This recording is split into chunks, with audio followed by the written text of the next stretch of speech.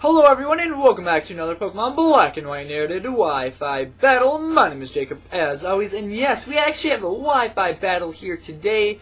I know, first time in like 2 months, I apologize for that, but my Wi-Fi here at college where I am right now is utter trash, as you guys probably know. But last weekend, Easter weekend, I actually went home for like the first time in a couple weeks, and I had a lot of Wi-Fi battles. I streamed for over 11 hours combined on Saturday and Sunday, and I have 15 Wi-Fi battles backed up, so that should definitely last me over the last 5 weeks of college here. But the only reason I'm not going to be doing the Let's Play parts on Yu-Gi-Oh! Is just well, Ruby Sapphire is going to be uploaded, but on the Yu-Gi-Oh! Aspect, I'm not going to be doing that so much because I have a lot of papers that I have to write, and they take a lot longer time to make than these do, because usually the Let's Play parts are like, what, 24, 25 minutes a piece, and these are like 8, 9 minutes a piece and take a lot less time to render and upload. So I'm just going to worry about the Wi-Fi battles because I enjoy them a lot, and hopefully you guys will as well. And I may be a bit rusty while narrating this. Hopefully you guys can bear with me. I will improve as I go on. But anyways, we have a NU battle today against jdw142. I actually had this on Saturday.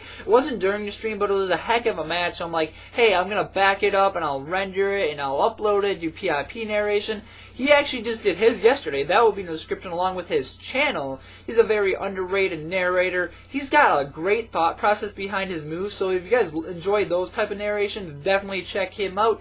Anyways, that battle is going to start right now, and looking at his team, I see the Metang and Torterra. I'm actually thinking it's an offensive Torterra, not defensive at all, because Metang's kind of there for defensive hits. I'm thinking it could be Choice Banded, so I really got to watch out for that. And this Kadabra I got to watch out for, because they could be Scarfed. I was actually thinking Focus Sash for the longest time, but then as the battle goes on, I actually lean more towards Scarf. But I'm just going to go straight for the Sleep Powder, just to get something put to sleep early on the match. And I actually thought it was going to be faster because I didn't think Metangs were that fast, but apparently they're faster than Vileplumes. Even though Vileplumes have, what, like base 70, 75 speed, I think? I'm not really sure, but I'm just going to go straight for the Hidden Power Fire. But I really wish I had Hidden Power Ice because I would have just destroyed this Torterra. But I think I just have it for like Wormadams and other grass types. So that's actually pretty cool, but I'm just going to actually go for another Hidden Power Fire as he switches into Regice. And actually I double switch into my Scizor, my Wormadam, predicting a grass move because I thought he would predict my Whiscash to come in for some weird reason. I don't even know. But anyways, he's just going to go straight for that Focus Blast as I go into Hypno. I know there's a lot of switching and predicting going on right now. It's kind of confusing, but I predicted Focus Blast. My Hypno is actually my special off for the team. Wormadam's actually there to set up the rocks. And I probably could have taken a Focus Blast and got my rocks up and taken that decently well enough, even though Regice has, like, they have decent special attack, and it's actually Life Orb. I'm actually going to go for the Switcheroo and switch the Choice Specs. He might think I might just try to Wish Style him right now, but no, I'm just going to Switcheroo a Choice Specs and screw over that Altaria, because usually they're offensive with Outrage, Earthquake, Dragon Claw, things like that. Maybe even Aerial Ace for something weird, I'm not really sure. But he actually goes for the Earthquake on my Wormadam, and I thought I'd take this a lot better, but he actually happens to get a critical hit, which did change the complexity of the match, but what can I do about it? I'm just going to leave Wormadam in there to not die yet. I just want to get my rocks up. He does have a Rapid Spinner and War Turtle, but I'm just going to have to work my way around that, and hopefully he doesn't get a chance to spin my rocks away. He's going to go off and kill my Wormadam, so I'm like, what can I do here? I'm going to have to go into my Scarfed Sock right here, but I'm not going to go for the Stone Edge because I think that's pretty obvious, and I'm going to go for the Close Combat and hit that Metagross, or not Metagross, Metang pretty hard, because I do have Adamant Max Attack, and that rounds out to 383, so that's going to hit anything really hard. So now I'm just going to switch out because I don't want him waking up. I thought I'd take the opportunity to try to set up here with my Whiscash, because this is a DD leftover set with Waterfall, Zen, Headbutt, and Earthquake. But he does have their Torterra, and I really should have predicted that and switched out into a different Pokemon. But it kind of sucks that I don't have a Flying type. If I had a Flying type, this Torterra would be a lot easier to handle. I'm not really sure if it has Stone Edge. He never showed me Stone Edge, but I'm sure it would be a heck of a lot easier to handle than what it is.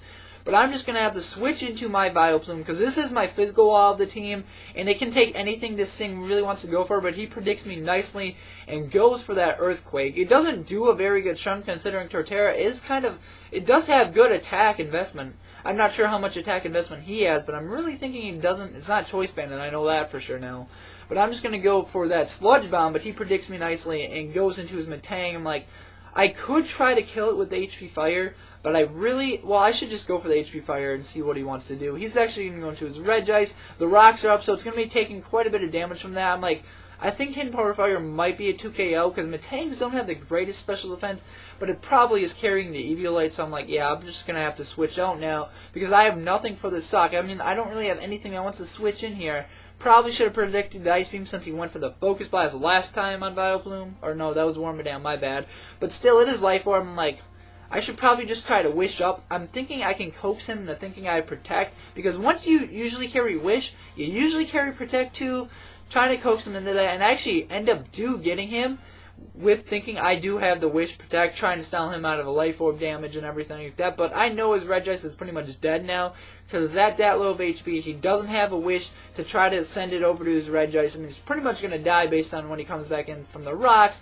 Gonna go for the Focus Blast. I should have went for the Psychic, because it is Stab, but I wanted to try to kill off the Regice. I knew they have very good special defense, but I probably wouldn't have killed it anyway, unless I had the Specs intact, but even then, who knows. But he's just going to go for the Outrage. I don't have anything to take an Outrage, really, so what I'm going to do is I'm going to Wish, and then I'm going to go into Vileplume, because that's the best option I have at this point. I don't know, Vileplume's like the only thing. I had Wormadam for this thing, but it died from a critical hit Earthquake pretty much before, and that kind of crippled its survivability before. But not a big deal either way. I'm not really too afraid of this Altaria. I really can just go for a Sludge Bomb, and if he wants to stay in, he's going to do a lot of damage to him. And if he hits himself in confusion, that's great. I mean, that kind of make up for the whole critical hitting my Wormadam before, but it's not a big deal either way, and maybe I'll even get a poison, but he probably has natural cure, so it's going to be irrelevant either way. Anyways, another Sludge Bomb will take it out. He does snap out of the confusion. My Vileplume's pretty much screwed at this point. My Hypno got killed pretty much from Altaria. Wormadam got killed. Vileplume's at low HP. So that Altaria did a number to my entire team, even though it has a Specs right now, so that's kind of unfortunate. But either way, it's not a big deal. Anyways, he's going to go into Kadabra. Bringing it in like that, I know Kadabra's usually outspeed me, so I really can't risk going into my stock right now. So I pretty much have to go into my Ursaring, and I really should have predicted this and went for the Close Combat or the Crunch, because I thought the switch into Metang was pretty obvious, but I didn't really want to over-predict. So I just go for the Facade. I do not have my Guts boost yet right now with Toxic Orb, as I am a Toxic Orb one, as most are. I don't understand why you wouldn't run that. Well, I could see understanding running like Choice Banded Ursaring, because either way it's going to hit like a truck. What I should have done here is, well, I think I'm trying to get a Wish up on my Hypno right now at this point, so that's what I'm trying to do. I really wish I carried the Protect, right, you know. I don't know, it would have helped me a whole lot in this battle having Protect on Hypno, but either way, it's not a big deal. I like Focus Blast and Psychic for the coverage aspect. You really don't need Psyshock and NU because there's no Blissies or Chanseys to worry about. I mean, well, Alamamola, definitely you want Psychic over it then. And I'm going to go into Ursaring, and at this point, I know I can live a hit. I thought he might have Focus Blast, so I was really iffy on my Ursaring. I really should have played this a bit better than I did. I don't know if he carried Focus Blast, but I was under the impression he did. So that's why I was being really cautious with his Ursaring switching, because I didn't think I could live a Focus Blast from that thing. I probably couldn't, but he's just going to go for the Seismic Toss. What I should have done here is I should have switched out to Sock and just hit that thing with the Close Combat. That's what I should have done. But I didn't do that, so that's kind of my bad, my fault. Because Ursaring could have probably taken on Kadabra, seeing how he didn't have the, he didn't have the Focus Blast. He can tell me in the comments below if he had the Focus Blast or not, but I'm under the impression he did. Anyways, going to go into my Whiscash. I have 3 guys. I believe he's got 4 guys left. He's got Torterra left. He's got his Regice left. He's got his Wartortle left, and he's got his Kadabra left. So I really got to work my way around his entire team at this point. I'm going to go for the Dragon Dance. I'm like, I have to just try to Dragon Dance and see how much Waterfall is going to do. I'm thinking it's going to do a decent chunk since I am Adamant Max Attack in this Whiscash. And I just got a DD up. I know I can outspeed. I would have probably been able to outspeed anyway, because what Torterra runs speed investment into it. Be kind of weird. I do get a critical hit on it, which did change the complexity of the match, but still, I guess it's just payback for his crit on my Wormadam, so I guess it makes up for it.